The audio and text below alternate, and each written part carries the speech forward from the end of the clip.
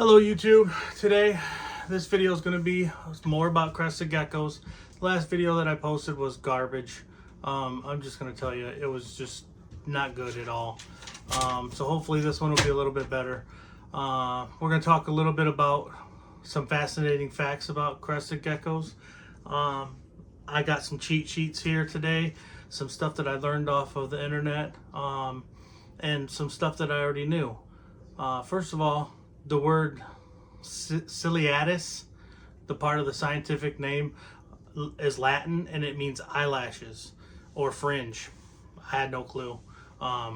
It's just one of those things that I learned off the internet, and we know that they have eyelash-like fringes over their eyeballs, but the crested gecko has no eyelids. So it has to keep licking its eyes in order for its eyes to have moisture and to be moistened. And that's another thing that I knew that one, but forgot to mention last time. And another thing about the crested gecko is its tail is prehensile. It means that the crested gecko can use it to grab onto branches and etc. It also has lamellae pads on the tail, which helps to support the gecko when it goes from branch to branch and inside of its enclosure to grab onto things so that it doesn't feel so unsecure. And if you know anything about crested geckos, they need to have a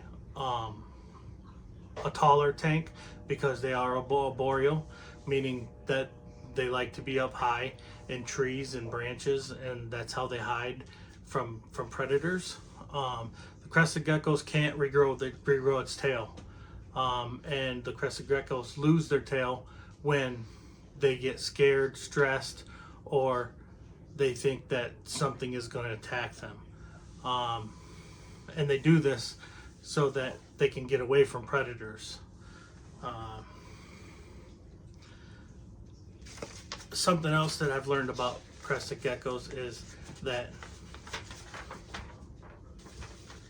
a tailless crested gecko has a special name, and it's called frog butt.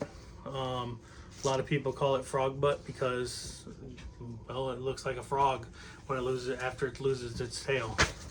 So, and here's another really fascinating one that I had no idea of. Its toes are double jointed. And I had no clue of this until I found it on the internet.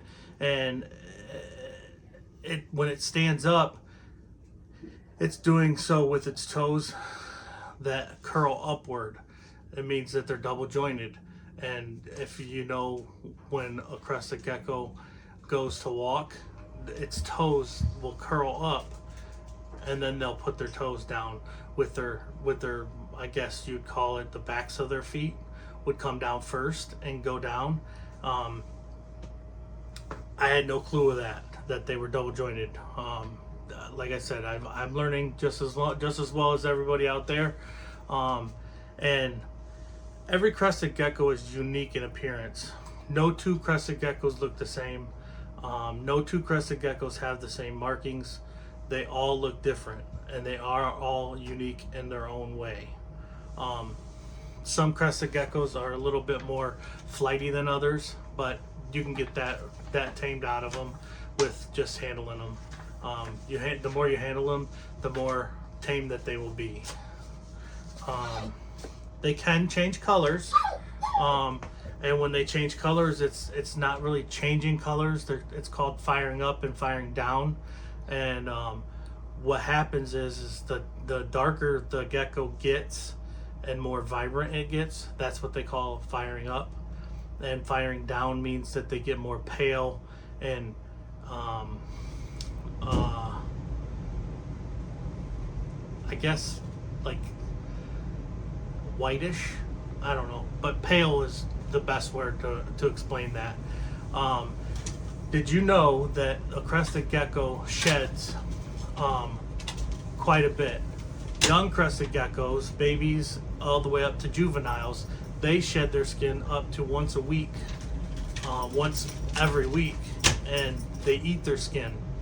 And when the crested gecko is first born, you're not supposed to feed it for the first week until it sheds its first skin, because it's still absorbing the nutrients from the yolk, and it gets something from its skin, from its first skin, when it eats it. Some of the adults, they shed their skin up to once a month.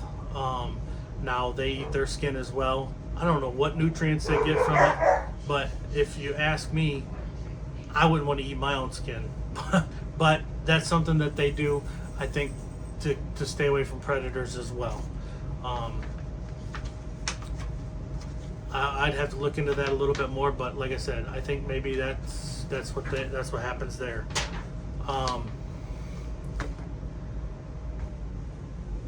As adults, crested geckos can reach anywhere from 5 to 9 inches in length, and be up to 50 grams.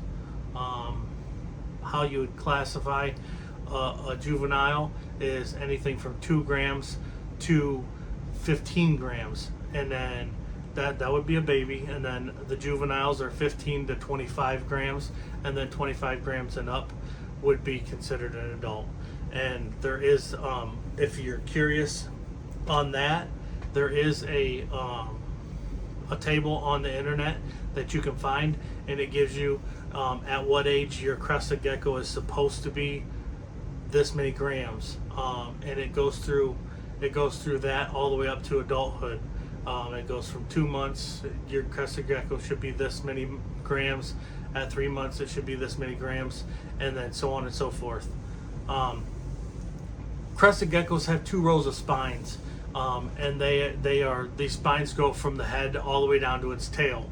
And if you look at a crested gecko, and if, for instance, like a harlequin, usually in between the spines is a softer color, a white, a cream, some kind of color like that, and that's what they're calling the spines. They go from the crest at the top of the head. Excuse me. They go from the crest at the top of the head all the way down to the tail.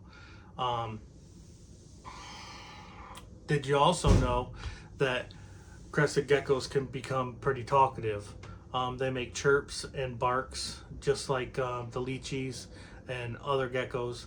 The only time that I've ever experienced them chirp or bark is when it's mating season and they're trying to mate.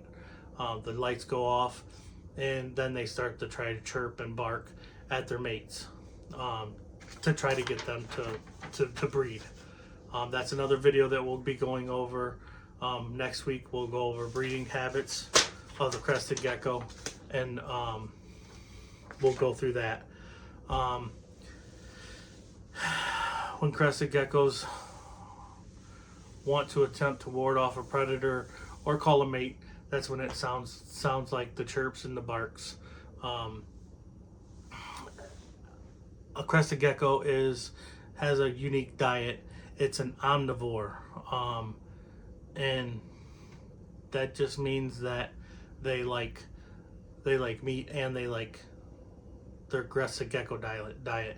They eat crickets, they eat mealworms, horned worms, I guess you name it, and they eat it. Some of those things with the harder exoskeletons, like the superworms, I don't know if I'd feed them all the time, but it's okay to feed them every once in a while. And crested geckos are also nocturnal. They are more active at night than during the day. During the day, it seems like they're just sitting there on the glass, but in all reality, they're actually sleeping. But they don't close their eyes because they don't have eyelids. So at night, with the lights off, I like to look at mine with like a little small soft flashlight, and I can see them up and around and moving. And usually when I feed, I'll feed, and then a couple hours later I'll come in there and with a small flashlight just to see if they're eating or that they ate anything at all. And that's usually how I can tell when they eat, is when the lights go off. Hopefully this helped you understand some fascinating facts about crested geckos. Once again, next week we're going to talk about breeding, and I'll have a bunch more facts for you about breeding crested geckos. I'll have some pictures, some illustrations, and we'll go from there. Thanks.